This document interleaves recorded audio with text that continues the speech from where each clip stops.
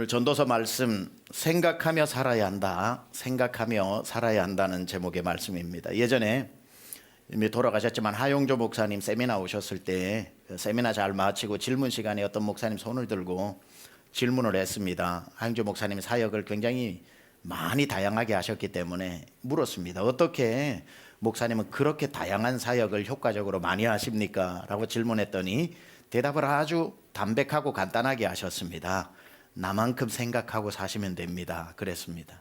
나는 밤낮없이 생각을 한다는 그 말이 저에게 굉장히 오래 남는 기억이 되었습니다. 함석헌 선생도 책을 썼죠. 생각하는 백성이라야 산다. 우리가 생각이 게을러지면 그때부터 나라도 망하고 가정도 망하고 기업도 돌아가지 않고 아무것도 되지 않는 겁니다. 생각의 게으름이 너무나도 중요합니다. 그래서 늘 생각이 멈추어 있지 않아야 하는 것. 우리가 초등학교 때부터 교과서에서 봤던 한 조각상이 있습니다. 로댕의 생각하는 사람. 그걸 계속 턱을 괴고 앉아있는 그 생각하는 사람을 어릴 적부터 우리에게 교과서에 넣어서 가르쳐주는 이유가 뭡니까? 무엇이든지 사색하고 생각하고 살아야 한다는 걸 그렇게 시각적으로 가르쳐 준 겁니다. 저는 그 로댕의 생각하는 사람을 계속 보면서 무슨 생각을 했냐면 이 사람은 무슨 생각을 하고 있을까를 계속 생각을 했었습니다. 자, 오늘 제목을 생각하며 살아야 한다라고 정했는데 이 전도자 솔로몬이 우리에게 오늘 지혜서에 꼭 살면서 잊어버리지 말고 반드시 생각하고 살아야 할 것이 있다라고 가르쳐주고 있으니 여러분 오늘 설교 들으시면서 그렇지 내가 저걸 잊고 살았구나, 내가 저걸 놓치고 살았구나 하는 걸 점검해 보시고 생각하고 살아야 할 것은 절대로 놓치지 말고 생각하며 살 수 있기를 축복합니다. 첫 번째 무엇을 생각하며 살아라고 하는가 보니까 우리 주변에 억울하고 연약한 이들이 늘 있다는 것을 생각하고 살아라고 합니다. 우리 주변에 늘 억울한 사람 그리고 연약한 사람이 있다는 걸 한시도 잊어버리지 말라고 이야기하는데 8절 상반절에 이렇게 나옵니다. 같이 한번 봉독합니다. 시작. 너는 어느 지방에서든지 빈민을 학대하는 것과 정의와 공의를 짓밟는 것을 볼지라도 그것을 이상히 여기지 말라.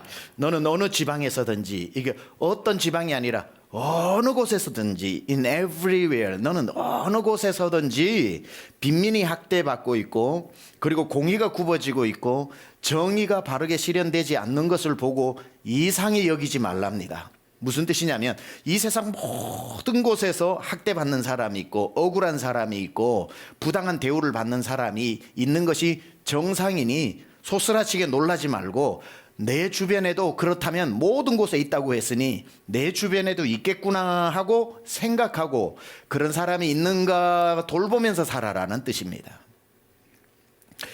대부분 사업을 경영하시는 분이나 부사역자들 열어둔 교회 담임 목사님들이나 아니면 가게 주인이나 이런 분들을 만나보면 일괄적으로 얘기하는 공통점이 있습니다. 사장님도 그렇고 목사님도 그렇고 어떤 다 그런 분들이 공통적으로 말하는 게 뭐냐면 저도 포함시킵니다.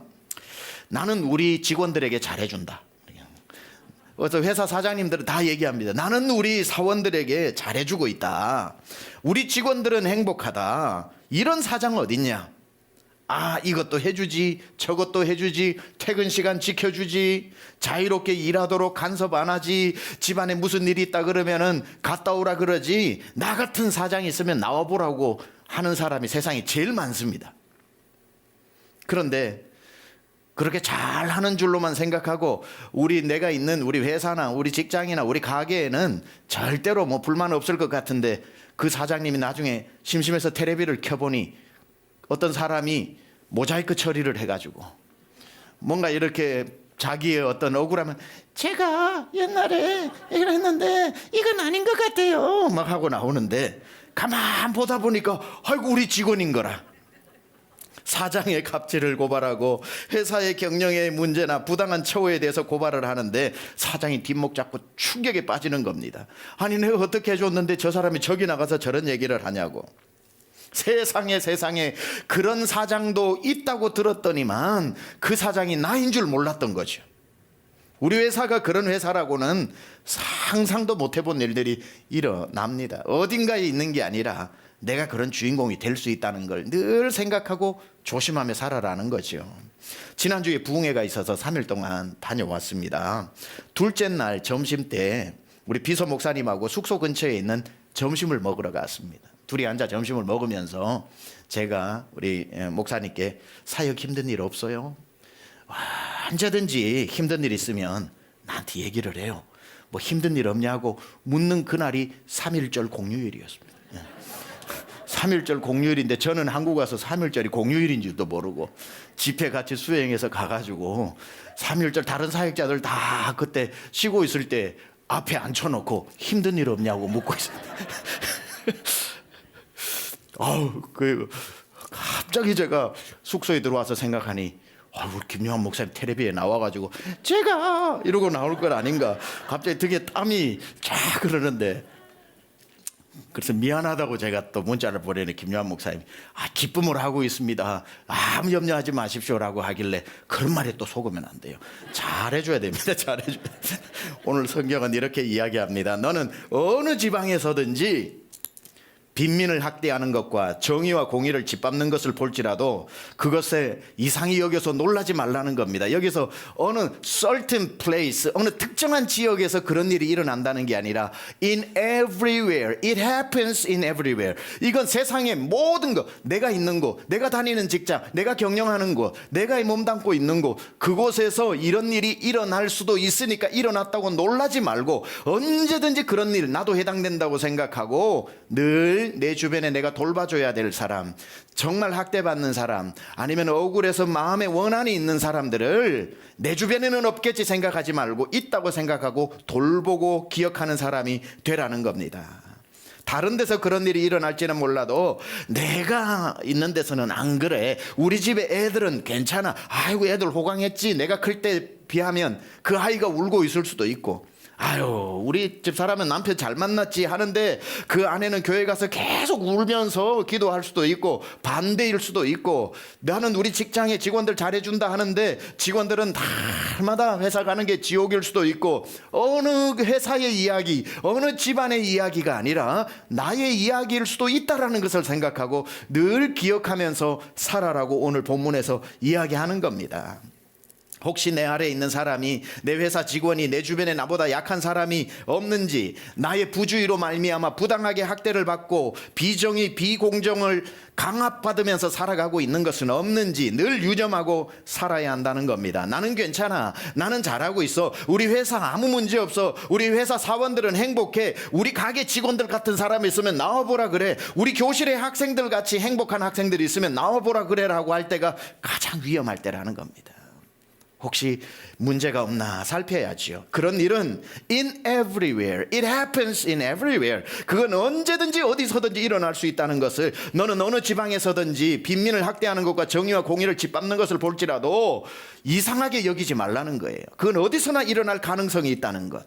내 회사에서도, 내 부서에서도, 내가 경영하는 가게에서도 일어날 수 있다. 그래서 여러분, 이런 말이 있습니다. 안전하다고 할 때가 가장 위험하고 안심할 때가 가장 방심할 때다. 제가 만들었습니다. 제가 만들었는데 너무 괜찮아서 2번 말하기로 제가 작정하고 말합니다. 안전하다고 할 때가 가장 위험하고 안심할 때가 가장 방심할 때다. 괜찮아라고 할 때 방심이 오고 거기에서 문제가 생깁니다. 나는 잘해주고 있다고 생각할 때가 가장 잘 못해주고 있을 때가 그때인지도 모릅니다. 나는 좋은 남편이야 할 때가 가장 안 좋은 남편이고, 나는 우리 남편 나 만나서 호강했지 할 때 가장 내가 방심할 때일 수가 있고, 나는 부모로서 책임을 잘하고 있다고 할 때 아이들이 가장 힘들어할 수도 있는 거고, 나는 괜찮은 사장이라고 할 때 직원이 가장 힘들어할 수도 있기 때문에, 여러분, 그래서 이건 모든 곳에서 일어난다라고 하는 걸 다시 새겨 들어야 하는데, 이 말은 돕고 챙겨야 할 사람은 멀리 지구 반대편에만 있는 게 아니라는 거죠. 내가 있는 그곳에 눈물을 흘리는 사람, 마음의 원한을 풀어줘야 되는 신원해야 할 사람들 아주 가까이 있습니다. 챙겨야 할 사람은 멀리 하나님이 두신 게 아니라 여러분만이 챙길 수 있는 사람은 여러분 가까이 두셨다는 것을 기억하고, 혹시 내가 일주일 살아가는 내 발길이 닿는 곳에 혹시 나 때문에 힘들어하는 사람 없을까라는 것을 늘 생각하고 살아야 합니다. 하나님은 저마다 여러분 곁에 도와야 할 사람 몇 명은 항상 붙여주셨다는 걸 기억해야 합니다. 여러분 옆에 몇 명은 꼭 붙여주셨습니다. 여러분만이 닦아줘야 할 눈물을 가진 사람이 있고, 여러분의 손으로 챙겨줘야 할 사람이 있고, 여러분 아니고는 절대로 그 사람 돌아보지도 않고 마음에 상처를 어루만져 줄 수도 없는 여러분만이 할 수 있는 사람 몇 명쯤은 항상 여러분 곁에 있다는 것을 기억해야 합니다. 이게 바로 오늘 전도자가 우리에게 늘 생각하고 살아라고 하는 첫 번째입니다. 우리 주변에 항상 연약한 사람이 있는지를 생각하며 살아라는 거지요. 두 번째는 무엇을 기억하고 살고 생각하고 살아야 하는가? 내 위에 하나님이 계심을 늘 생각하며 살아라고 이야기합니다. 내 위에 누가 계신다고요?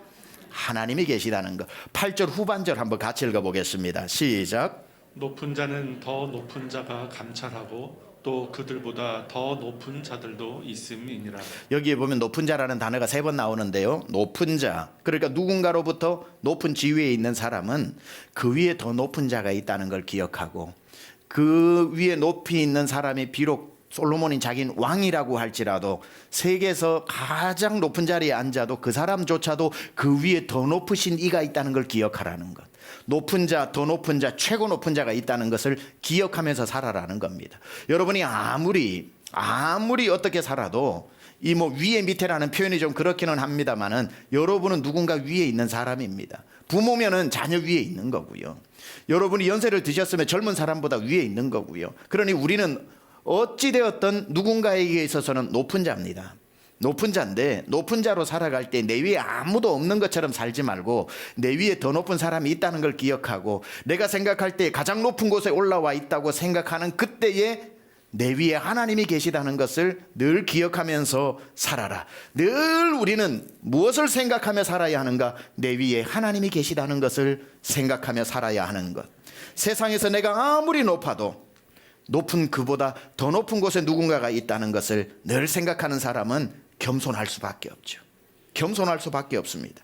8절을 다시 보면 높은 자는 더 높은 자가 감찰하고, 여기에 보니까 높은 자가 3개가 나오는데 이 높은 자라고 할 때에 솔로몬 입장에서 봤을 때 자기 밑에 있는 높은 자죠. 높은 자는 더 높은 자, 높은 자보다 최고 높은 자니까. 그러면은 솔로몬 왕 밑에 있었던 높은 자는 지방 호족들 정도 되지 않겠습니까? 한 지역을 다스리는 분봉왕 정도 되는 사람들, 이 호족들 같은 사람은 그 마을에서는 최고 높을지 몰라도 그리할지라도 그 중앙에 왕이 있다는 걸 기억하라는 거예요. 높은 자는 더 높은 자가 있다는 거. 그러면은 한 나라에서 최고 높은 왕의 자리에 앉은 자기 자신을 일컬어 얘기하는 게, 내가 비록 인간으로서 제일 높은 자리에 와 있다고 할지라도 가장 높은 나 위에 하나님이 계시다는 것을 기억하라. 여기에 높은 자는 더 높은 자를 감찰하고, 자가 감찰하고 그들보다 더 높은 자들도 있음이라고 이야기했죠. 그러니까 여기에 제일 높은 자가 누굽니까? 하나님이시죠. 하나님이신데 오늘 여기 보면은 눈치 빠른 분들은 그들보다 더 높은 자들이라고 복수로 표현했는데 이게 어떻게 하나님인가? 복수인데. 근데 특이한 것은 높은 자, 더 높은 자, 가장 높은 자들이라고 했는데 이게 어떻게 하나님일 수가 있는가? 여기에서 계보힘이라고 해서 힘은 마지막 복수형이죠. 하나님을 나타낼 때에 이 복수형을 뭐라고 얘기하냐면 장엄복수형이라 그럽니다. 장엄복수형. 그러니까 단수임에도 불구하고 가장 존엄한 세상에서 모든 권력, 모든 힘을 다 가졌던 그 장엄함을 나타내기 위해서 쓰는 복수형, 플루럴. 그러니까 장엄복수형. 이게 바로 계보힘이라고 하는 단어입니다. 그러니까 아무리 높은 자가 있고 그 위에 왕이 있어도 왕 위에 지존하신 최고 존엄인 하나님의 장엄함이 있다는 걸 기억하고 살아라는 거지요. 내가 아무리 세상에 높은 권력을 가져도 나 위에 최고 존엄하신 하나님이 계시다는 것을 늘 생각하고 사는 사람은 자동적으로 겸손해진다는 겁니다. 높아져도 위에 하나님 계시다. 높아져도 하나님 계시니 내가 조심해야 한다. 그 마음으로 가지고 사는 사람, 귀한 사람입니다. 우리 그리스도인들이 살아갈 때 늘 한 가지를 기억해야 할 것은 여러분 위에 하나님이 보고 계신다는 것. 그래서 내가 사람을 함부로 내 밑에 있는 사람을 대하려고 하다가도, 높은 자가 되어가지고 막 대해도 된다고 생각하다가 나보다 높은 하나님이 날 대해 주신 방법을 생각하는 거죠. 하나님은 한 번도 내 눈에 눈물 흘리게 하신 적이 없는데, 하나님은 언제나 날 선하게 대해 주셨는데, 이 낮고 천한 자를 가장 존귀하게 여겨 주셨는데 하고 하나님을 생각하고 나니 나도 그렇게 대하게 되는 겁니다. 우리가 성경을 읽다가 조금 성경을 잘못 반쯤 이해하는 구절이 있어요. 그게 마태복음 7장 1절인데 산상수훈에 나오죠. 마태복음 7장 1절 중에 하나는, 마태복음 7장 1절 우리 잘 아니까 한번 읽어볼까요? 시작. 비판을 받지 아니하려거든 비판하지 말라. 자, 여러분은 이 구절을 어떻게 읽으세요? 상호작용으로 읽을 때가 있습니다. 내가 저 사람에게 비판받지 않으려거든 나도 비판하지 마라. 여기 말하는 건 상호작용이 아닙니다. 이 성경 구절은 이겁니다. 하나님께 비판받지 않으려거든 남을 비판하지 말라는 겁니다. 그러니까 항상 하나님이 계시다는 거예요. 하나님께 비판받지 않으려고, 그러니까 나 저 사람에게 비판받지 않으려거든 비판하지 말라가 아니라 하나님으로부터 비판을 받지 않으려거든 남을 비판하지 마라. 여기에서 하나님께 비판받지 않는 여기에서의 원어가 바로 신적 수동태라는 겁니다. 신적 수동태. 그러니 하나님으로부터 비판받지 않는이라고 하는 하나님의 신적 수동태로 하나님이 들어가 있는 겁니다. 그러니까 우리는 그냥 볼 때는 상호작용으로 생각해서 저 사람에게 비판 안 받으려면 나도 비판 안 해야지 이렇게 생각하는데, 본문은 그게 아니라는 거예요. 하나님으로부터 비판당하지 않으려거든 너가 비판하지 말라는 거죠. 항상 내가 누구를 비판할 때 나보다 더 정확한 판단력을 가진 하나님이 계시다는 걸 기억하고 살아라는 겁니다. 똑같은 구절이 7장 2절에 나옵니다. 7장 2절 한번 읽어보겠습니다. 시작. 너희가 비판하는 그 비판으로 너희가 비판을 받을 것이요 너희가 헤아리는 그 헤아림으로 너희가 헤아림을 받을 것이다. 여기도 똑같이 신적 수동태로 두 번 나오는 겁니다. 해석해보면 너희가 비판하는 그 비판으로 너희가 하나님으로부터 비판을 받을 것이요 너희가 남을 판단하고 헤아리고 꼼꼼히 따지고 하는 그 헤아림으로 하나님으로부터 헤아림을 받게 될 것이다. 그러니까 이 구절은 무서운 구절입니다. 내가 남의 잘잘못을 헤아리고 따지고 잘해서 못했어 막 이럴 때에 하나님도 그 순간에 우리를 나의 잘했어 못했어 이걸 따지고 계신다고 생각을 할 때에 우리가 굉장히 놀라게 되는 거죠. 아, 함부로 판단할 게 아니구나, 함부로 헤아릴 게 아니구나, 함부로 남 이랬다 저랬다 가십할 게 아니구나. 왜? 그러는 중에 하나님께 헤아림 받게 되어버리고 하나님으로부터 비판받게 되기 때문에 나의 이 사람을 향한 판단은 굽어질지 몰라도 하나님이 날 향한 판단이 어떻게 잘못될 수가 있겠습니까? 너무나도 무서운 판단이 되는 거죠. 예수님이 이 마태복음 7장을 통해 하시려는 말씀이 뭡니까? 항상 남을 대할 때 내가 너를 보고 있다고 생각하고 대하라는 겁니다. 너 위에 나 하나님이 항상 있다는 것을 잊어버리지 말고 기억하라는 겁니다. 예전에 보았던 그림 중에 하나가 떠오릅니다.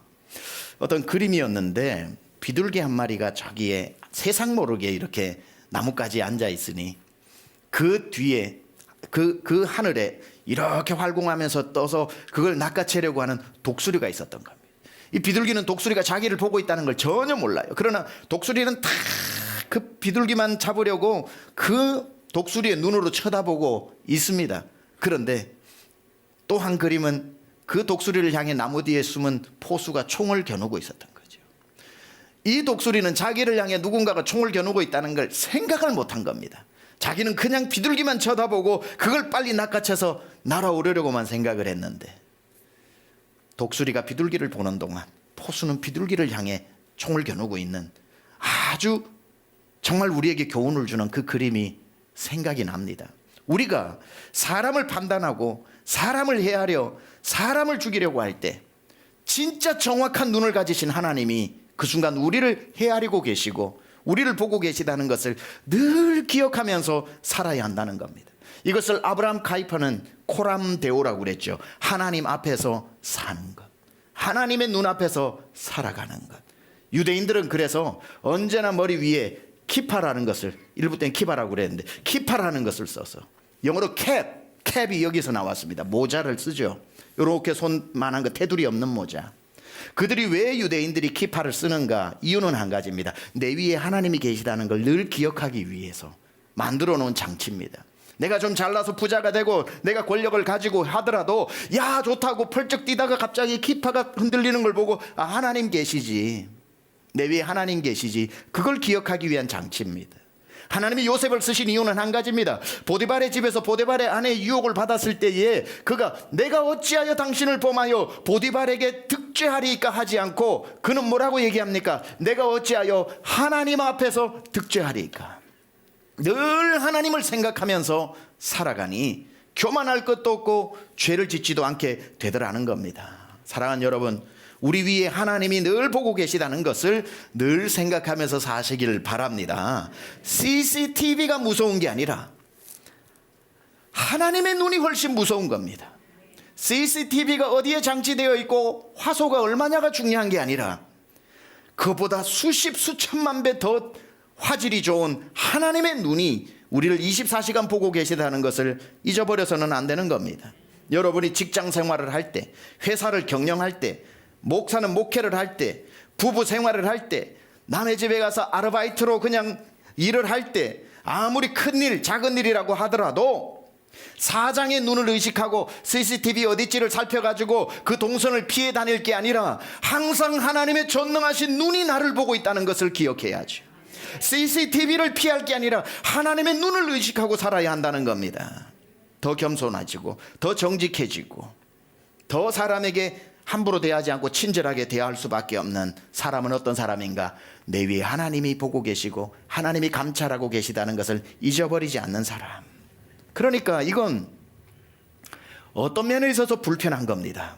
하나님이 늘 나를 보고 계신다는 게 얼마나 사실 불편합니까? 그래서 많은 성도들이 예배 드리고 나가면서 하나님한테 얘기합니다. 하나님 여기 가만 계세요.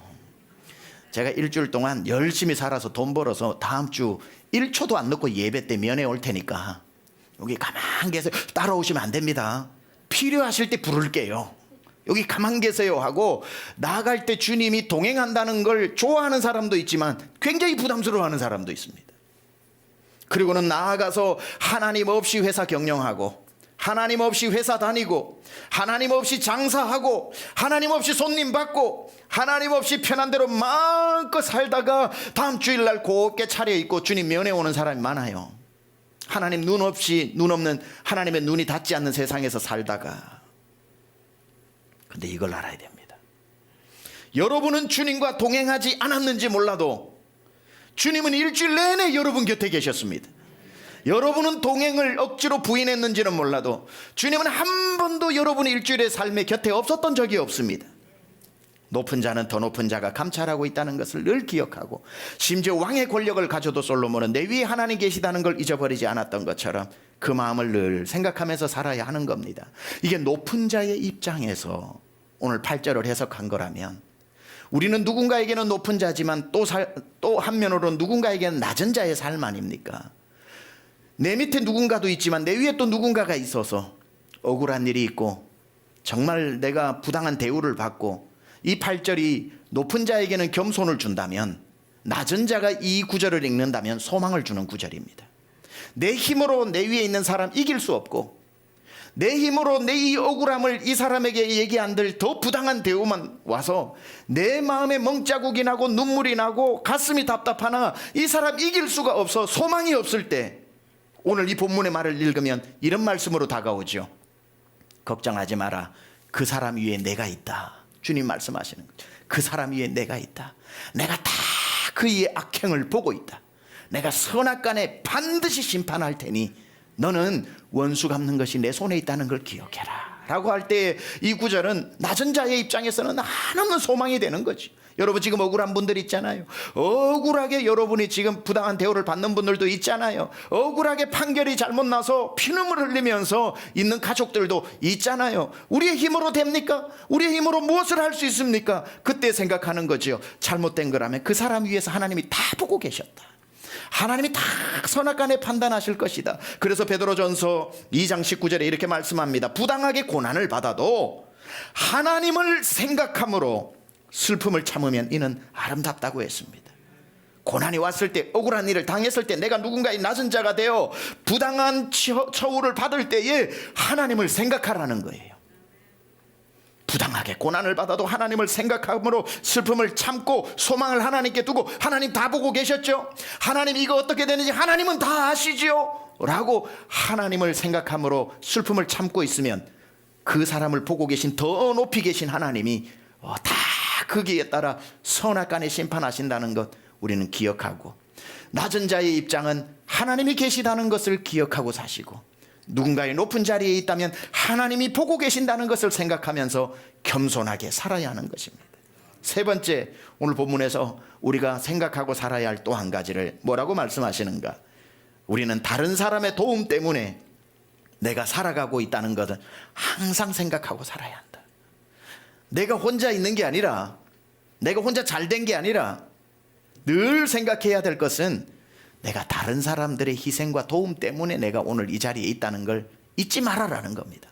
그게 9절이에요. 9절 같이 한번 읽어볼까요? 시작. 땅의 소산물은 모든 사람을 위하여 있나니 왕도 밭의 소산을 받느니라.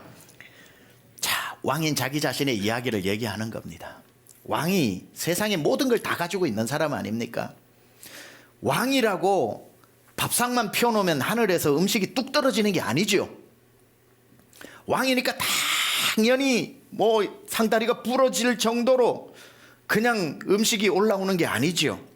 왕이라고 궁궐에 있는 모든 것이 눈 떠보니 다 생긴 게 아니죠. 왕의 밥상에 올라오는 그 밥 한 끼도 오늘 왕이 뭐라 그럽니까? 왕도 밭의 소산을 받아 먹는다고 그랬습니다. 왕도, 왕의 밥상에 올라온 그 밥도 농부의 수고로 말미암아 되어진 것이라는 겁니다. 그 밥상이 왕이니까 하늘에서 매일 떨어지는 게 아니라 왕 앞에 차려진 밥상이라고 할지라도 그 밥상은 농부들의 수고와 땀으로 오늘 이 밥상의 밥이 올라오게 된 것이라는 걸 늘 생각하라고 이야기하는 겁니다. 왕도 백성이 있어야 왕이라는 뜻입니다. 왕도 그냥 왕이 아니라 백성들의 수고와 땀과 눈물 때문에 왕이 된 거죠. 땅의 소산물은 모든 사람을 위해 있으니 왕도 밭의 소산 한 그릇 먹는 사람에 지나지 않다는 걸 기억하고, 당연히 왕이니까 이거 먹어야지 생각하지 말고 차려진 밥상에 농부의 수고를 잊어버리지 말라는 겁니다. 백성 없는 왕이 어디 있습니까? 수고하지 않고 먹는 밥은 또 어디 있습니까? 나는 수고하지 않았는데 밥상에 올라왔는데요. 왜 그럴까요? 내가 해야 될 수고를 남이 해줘서 그런 겁니다. 그러니 남의 수고를 기억하는 게 필요한 거죠. 세상에 아무도 수고하지 않았는데 내가 누리는 일 없어요. 내가 수고하지 않은 것 같은데 누리고 있다면 나 대신 누군가가 땀 흘려줬고 수고했기 때문이라는 것. 그래서 우리는 한 명도 예외 없이 누군가의 빚을 지고 살아가고 있다는 것. 자식이 그냥 잘 되나요? 부모의 피고름을 빨아먹고 사는 것 아닙니까? 그냥 잘 되는 자식이 어디 있어요? 아니, 학교에서 1등은 아무나 되나요? 2등이 2등 해주니까 1등 되지. 2등의 희생으로. 그래서 어떤 학생은 나는 우리 반 학생을 다 행복하게 해주기 위해 꼴등을 한다고 그렇게 얘기를 하는데, 뭐 어쨌든 간에 1등도 자기 잘난 맛에 살면 안 되는 겁니다. 2등의 희생을 밟고 1등이 된 것 아닙니까? 내가 오늘 살아갈 때 혼자 잘나서, 내가 노력해서, 내 머리가 좋아서, 남들보다, 목사님 그런 소리 하지 마세요. 남들 다 잘 때 안 잤어요. 남들 책 1시간 읽을 때 나 2시간 읽었다고요. 다 나 혼자 된 것 같아도 알고 보면 자기가 몰라서 그렇지, 그 한 사람 잘 되기 위해 부모가 밤낮 없이 기도했고, 옆에 있는 사람들 다 그 사람 위해서 희생한 흔적과 부분들이 반드시 있고, 그래서 나의 성공에는 타인의 공로의 몫이 반드시 있는 겁니다. 이번 주중에 주님 품으로 간 이어령 교수님, 정말 예수님을 믿고 지성에서 영성의 세계로 넘어와 이제는 영원한 하나님의 나라로 가셨죠. 그분이 김지수 작가와 마지막 인터뷰를 한 다음에 또 책 하나를 내기 위해서 이야기를 나누면서 이어령의 마지막 수업이라고 하는 유작이 나왔습니다. 그분이 작년 10월 정도에 인터뷰를 하면서 내 인생 88년을 다 쏟아내고 가고 싶다라고 해서 아무 주제 없이 본인 안에 있는 걸 다 쏟아내고 나온 책이 마지막 수업이라는 책입니다. 그런데 작년 10월쯤 겨울이 오는 그때에 인터뷰를 하면서 이분이 이렇게 얘기합니다. 이 책은 내가 내년 3월이면 이 세상에 없으니까 내가 떠나고 난 뒤에 책을 내라고, 3월에 책을 내라고 부탁을 합니다. 그리고 3월이 오기 한 이틀 전에 서둘러 주님 품으로 가셨죠. 그래서 책을 이번 주간에 제가 그 책을 전체를 한 번 반 정도를 한 번 또 읽고 또 한 번 반 정도를 읽었습니다. 정말 그 석학의 영성이 담겨서 굉장히 많은 도움을 받았습니다. 그 책 내용 중에 하나를 소개할까 합니다. 이분이 평생 말을 하시는 분이었죠. 교수님이었으니까. 그리고 평생 글을 쓰는 분이었습니다. 문화비평가였으니까. 평생 말을 하고 평생 글을 쓰신 분인데 뭐라고 얘기하냐면 88년 인생 돌아보니 내가 88년 동안 했던 말 중에 절반은, 내가 88년 동안 썼던 글 중에 절반은 내 것이 아니라 남의 것이었다고 얘기합니다. 인터뷰하는 작가가 그게 무슨 뜻입니까? 하고 물어봤더니 혼자 말하는 사람이 어딨나? 누군가가 말을 걸어주었으니 내가 말을 했고, 가만 혼자 글 쓰는 사람이 어딨나? 주제가 있으니 썼고 써달라 하니 썼으니, 내가 아무리 글을 많이 써도 절반은 남의 공로가 있는 거고, 내가 아무리 말을 많이 해도 말을 걸어준 절반은 남의 것이기 때문에 내 평생 내가 했던 말이라고, 내가 썼던 글이라고 아카이브에 만들어가지고 거기에 카피라이트해서 아무도 내 지식 도둑질하지 못하게 하지 말고, 내 말의 절반은 남의 것이고 내 글의 절반은 남의 것이었다라고 이 노학자가 천국 가기 전에 남긴 말이 큰 울림이 있더군요. 맞습니다. 그래서 그분이 훌륭한 겁니다. 그래서 지혜자가 되는 겁니다.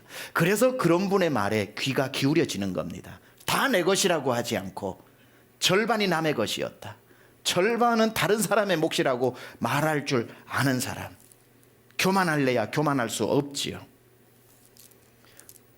이 식탁 위에 빵 한 조각을 놓고 지혜가 없는 사람은 이렇게 얘기합니다. 요즘 유행하는 말로 내 돈 내산 들어보셨습니까? 내 돈 주고 내가 샀다.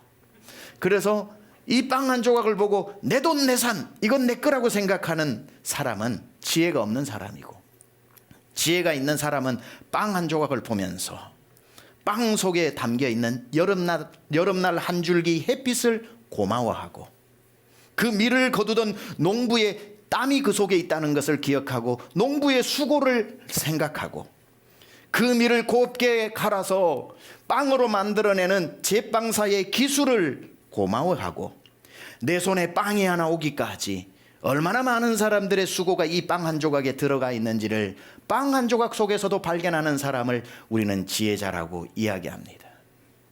딜런 토마스의 시가 있죠. 내가 쪼개는 이 빵은 이라고 하는 그 시. 내가 쪼개는 이 빵은 일찍이 호밀이었고 낮에는 사람이, 밤에는 바람이 이 밀의 싹을 틔웠고, 농부가 여름에 태양을 부수고 바람을 끌어내려 만든 작품이라고 노래했죠. 내가 쪼개는 이 빵 하나에도 타인의 몫을 기억할 줄 아는 사람. 왕이 진수성찬을 차려 밥을 먹으려 하다가 당연히 내가 먹을 밥이라고 생각하지 않고 이 밥 한 공기를 위해 밭에서 수고한 농부의 이야기를 오늘 이 지혜자가 하고 있는 겁니다. 왕도 밭에 소산을 먹는 한 사람일 뿐이다. 진짜 지혜자는 당연히 내 손에 있는 게 내 노력으로 다 가진 것이라고 생각하지 않고, 내 손에 있는 이곳에 이것이 내 손에 오기까지 누군가의 손에 있는 것이 내 손으로 오게 된 것이니 다시 되돌려 주어야 할 몫이 있다는 것을 기억하고, 내가 누리는 모든 특권이 당연히 내 피땀 흘려 수고한 나의 열매라고 생각하지 않고 다른 사람이 충분히 누릴 수 있는 것이 희생되어져서 과분하게 내가 누리고 있다는 것을 생각하면서, 왕이 놀랐을 겁니다. 9,000끼 만끼의 밥을 이 궁궐 안에 넣어 놓으면 뭐하냐? 먹는 건 한 끼밖에 없는데, 왕도 한 끼를 먹는 존재이니 9,000끼를 열어 백성의 배를 채우라고 하는 겁니다.